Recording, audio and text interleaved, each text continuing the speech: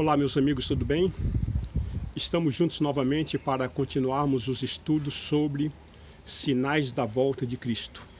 Eu sou o Bispo Antônio Oliveira e é uma alegria estarmos juntos para estudarmos a palavra do nosso Senhor.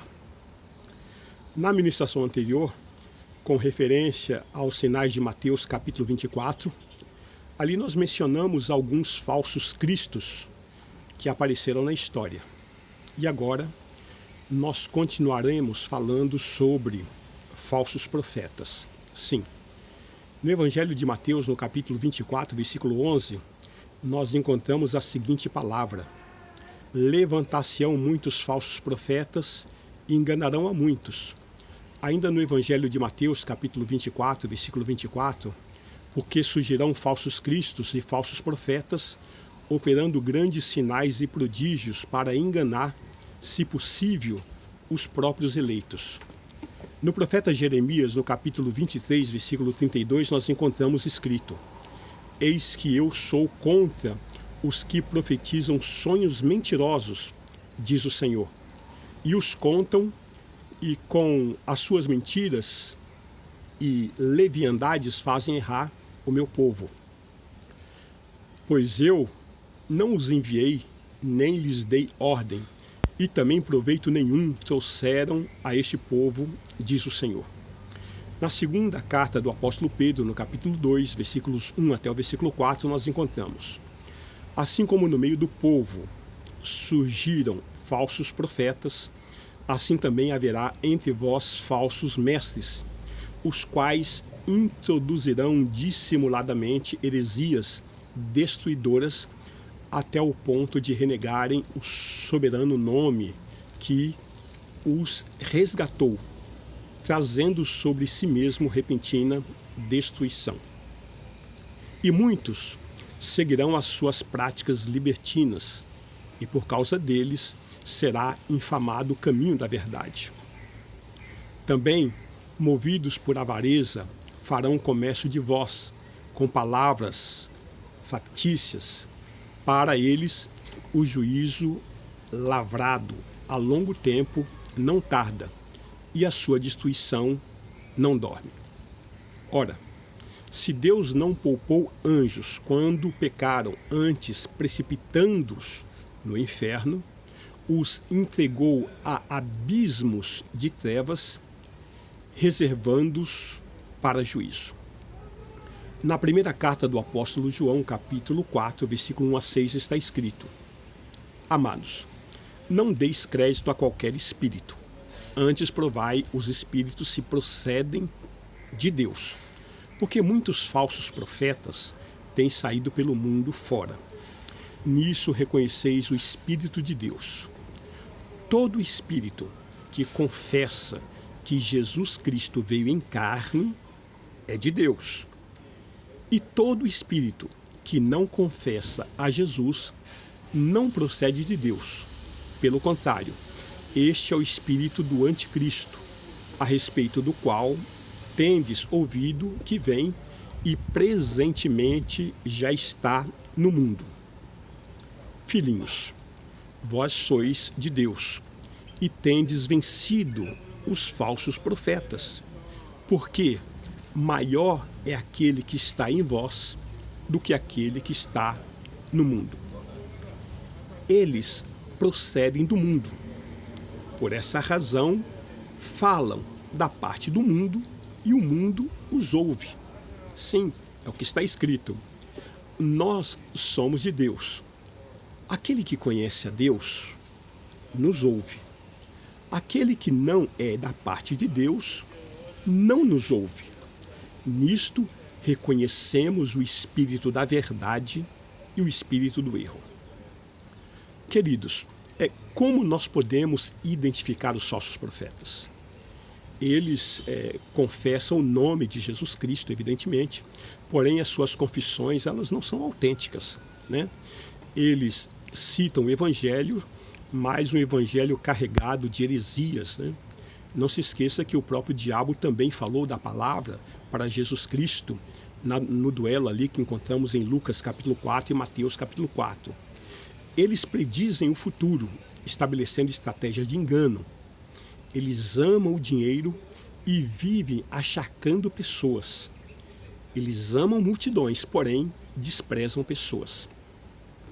Eles amam fotos, vídeos, apresentações, se exibir a sua própria imagem, né? E eles também enaltecem os seus dons, enaltecem os seus feitos, e também as suas vidas não são íntegras. Em Mateus, no capítulo 7, versículo 21 a 23, está escrito: nem todo o que diz Senhor, Senhor, entrará no reino dos céus, mas aquele que faz a vontade do Pai, que está nos céus. Muitos naquele dia hão de dizer-me: Senhor, Senhor, porventura não temos nós profetizado em teu nome, e em teu nome não expelimos demônios, e em teu nome não fizemos muitos milagres? Então lhes direi explicitamente, veja bem, preste muita atenção nessa palavra, lhes direi explicitamente, Jesus está dizendo: nunca vos conheci, apartai-vos de mim, os que praticais a iniquidade. Na segunda carta que o apóstolo Paulo escreveu aos Coríntios, no capítulo 11, versículos 3 a 5, nós encontramos o seguinte: mas receio que, assim como a serpente enganou a Eva com a sua astúcia, assim também seja corrompida a vossa mente, e se aparte da simplicidade e pureza devidas a Cristo. Se, na verdade, vindo alguém prega outro Jesus que não temos pregado, ou se aceitais espírito diferente que não temos recebido, ou evangelho diferente que não temos abraçado, a este de boa mente o tolerais? Porque suponho em nada ter sido inferior a esses tais apóstolos. Hoje existe mais de 15 mil apóstolos em torno do mundo, e muitos deles estão ligados a uma rede apostólica. Eles se consideram aí superapóstolos, que até professam o evangelho, mas os seus frutos são maus, não dá para se alimentar, né? E geralmente dizem que tem uma unção apostólica, que tem uma autoridade apostólica, que tem uma palavra apostólica, e quase sempre escandalizam. Em Gálatas, no capítulo 1, versículos 6 a 8, nós encontramos a seguinte palavra: admira-me que estejais passando tão depressa daquele que vos chamou na graça de Cristo para outro evangelho, o qual não é outro, senão que há alguns que vos perturbam e querem perverter o evangelho de Cristo. Mas ainda que nós, ou mesmo um anjo, vindo do céu, vos pregue evangelho que vá além do que vos tenho pregado, seja anátema. Amados, muitos predizem o futuro e não acontece.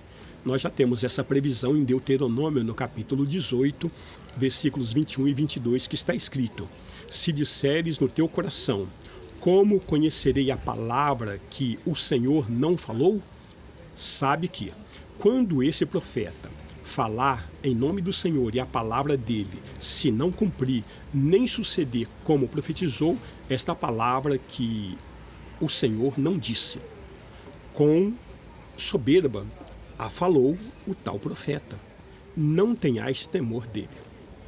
Agora, há casos em que eles profetizam o futuro e isto acontece.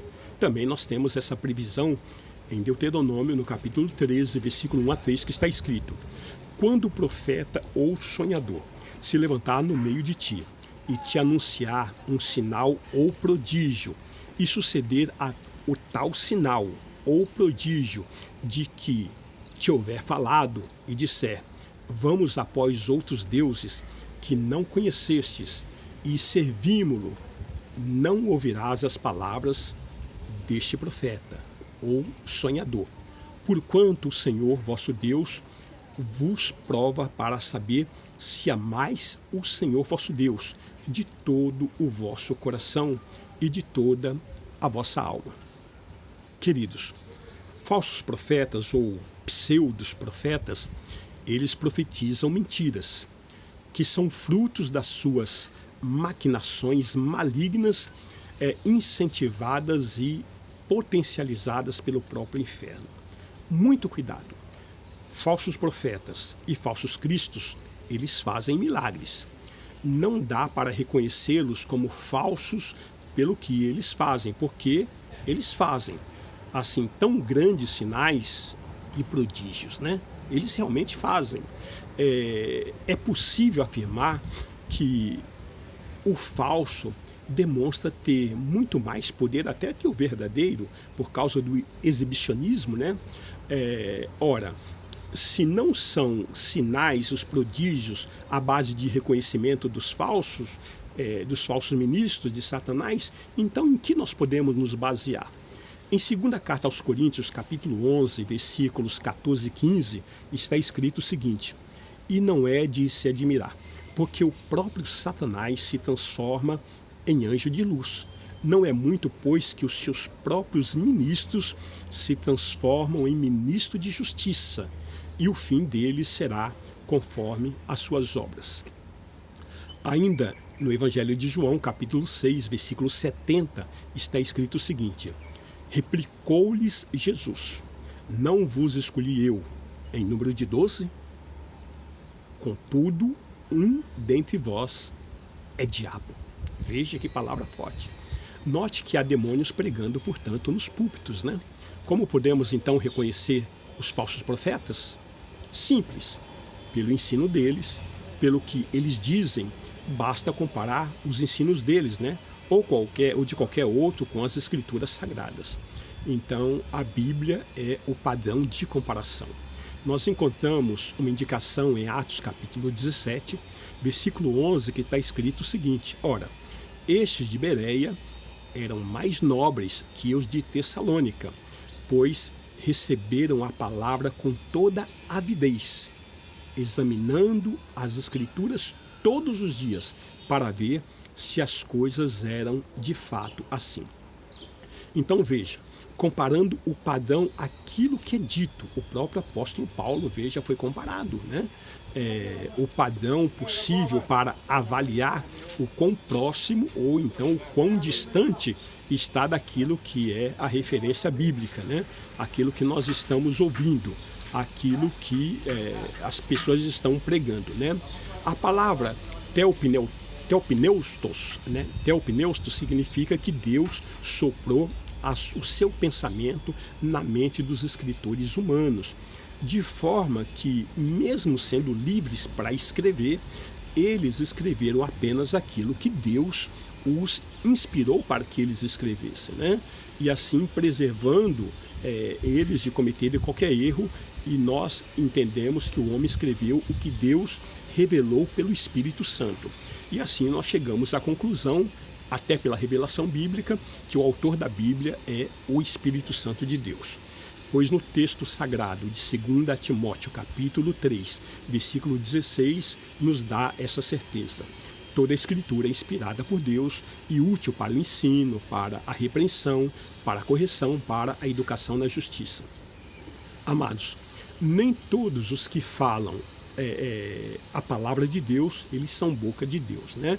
Então não basta proferir a palavra de Deus, precisa ser boca de Deus. Jeremias capítulo 15, versículo 19 está escrito o seguinte: portanto, assim diz o Senhor, se tu te arrependeres, eu te farei voltar e estarás diante de mim. Se apartares o precioso do vil, serás a minha boca. Veja bem, serás a minha boca. E eles se tornarão a ti, mas tu não passarás para o lado deles. Ainda no primeiro livro de Reis, capítulo 17, versículo 24, nós encontramos registrado: então a mulher disse a Elias: nisto conheço agora que tu és homem de Deus, e que a palavra do Senhor na tua boca é verdade. Note, amados, que há pessoas que pregam a verdade e nada acontece. No entanto, há outras pessoas que pregam a mesma verdade e os corações se derretem. Qual a diferença? É porque um é boca de Deus e o outro não é. E temos a certeza, através dessa revelação, que Deus não unge métodos. Deus unge homens e mulheres cheios do Espírito Santo de Deus. De maneira que homens mortos tiram de si mensagens mortas. E não há nada mais terrível do que a ortodoxia morta. Pessoas não falam heresias, não falam bobagens, porém elas estão secas, como um poste. Não tem vida. Então elas falam, porém não são boca de Deus. E a que ponto os falsos profetas podem chegar? Muitos falsos profetas que já existiram, eles causaram tremenda destruição no planeta, em pessoas, né? Decepções. O engano que aí está, em verso e em prosa, na boca de falsos profetas, desses modernos, da modernidade, é fichinha daquilo que está por vir. A situação tende a ficar cada vez mais calamitosa.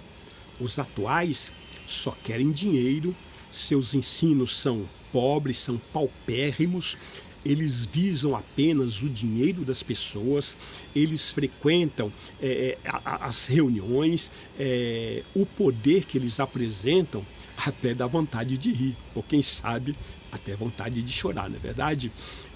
Os seus milagres, as suas curas não passam de manipulações e são altamente subjetivas e são facilmente questionáveis, né? Eles não gostam de pessoas, eles gostam de multidões.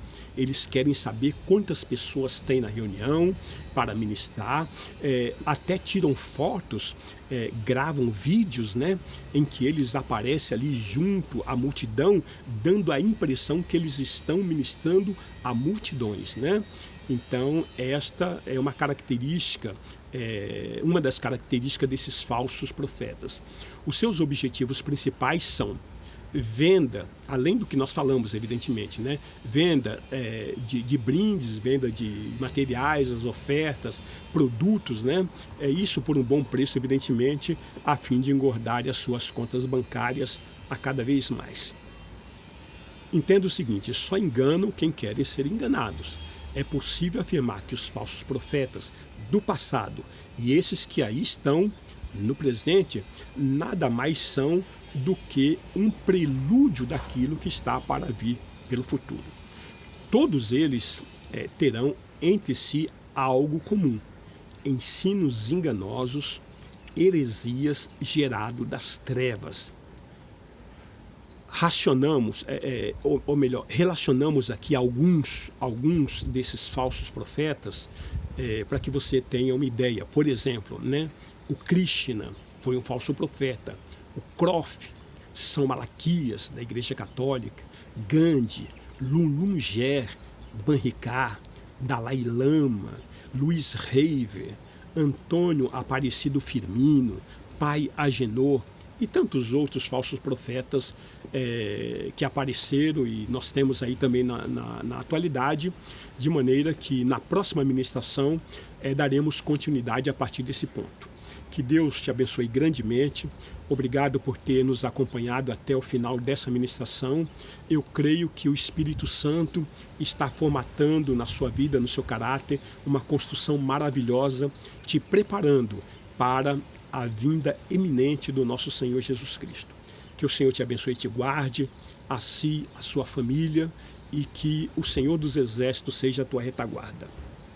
Um lembrete: não esqueça de dar o like nesse vídeo, não esqueça também de compartilhar com o maior número de pessoas que você puder, e também não se esqueça de se inscrever para que nós possamos continuar nessa equipe maravilhosa que aprove ao Senhor separar nesse tempo. Deus abençoe grandemente, até a próxima, em nome do Senhor Jesus Cristo. Amém.